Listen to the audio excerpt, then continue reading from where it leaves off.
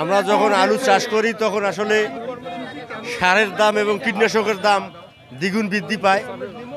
সর্বশেষ আলু তোলার সময় আমাদের আলুর দাম কমই আসে।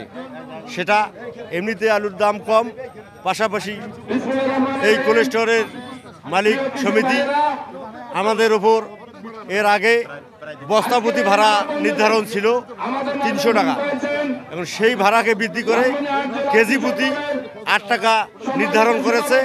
আমরা সেই 8 টাকা কেজি প্রতিতে আলু স্টোরে রাখবো না। এই আলু এই মালিক সমিতির যে সিদ্ধান্ত, সেই সিদ্ধান্ত আমরা মানি না। সেটার প্রতিবাদে আজকের এই মানববন্ধনে আমরা আসলে দাঁড়িয়েছি। হঠাৎ কৃষকদের সঙ্গে সমন্বয় না করে বাংলাদেশের বর্তমান অস্থায়ী সরকার, বরং যে সরকার রয়েছে সেই সরকারের প্রতিনিধি ছাড়া ওরা নিজের ইচ্ছা মতো ভাড়া বাড়িয়ে দিয়েছে 8 টাকা কেজি ধরে, যা কৃষকের হচ্ছে একটি মরার গায়ে খাওয়ার ঘা। একটা লিখিত খুব দ্রুত দিয়ে দেন আমাদের একদম আমাদের সেন্ট্রাল গভর্নমেন্ট, আমাদের অন্তর্বর্তী সরকারের মাননীয় উপদেষ্টা, উনিও জানান বিষয়টা। এখন আপনারা বলেন, আপনারা এখানে আরো কি কষ্ট করতে চান কিনা?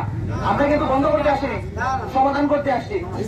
এখন সমাধানটা তো অবশ্যই যৌক্তিক হতে হবে, বসে করতে হবে। আপনারা যদি এখানে বসে কষ্ট করেন আপনাদেরও কষ্ট হবে, পাশাপাশি যতগুলো গাড়ি আছে আমাদের লালমনিরহাটের লোক এরাই সাফার করবে, অন্য কেউ সাফার করবে না। এই রাস্তা আমাদের লালমনিরহাটের লোক ইউজ করি কিনা?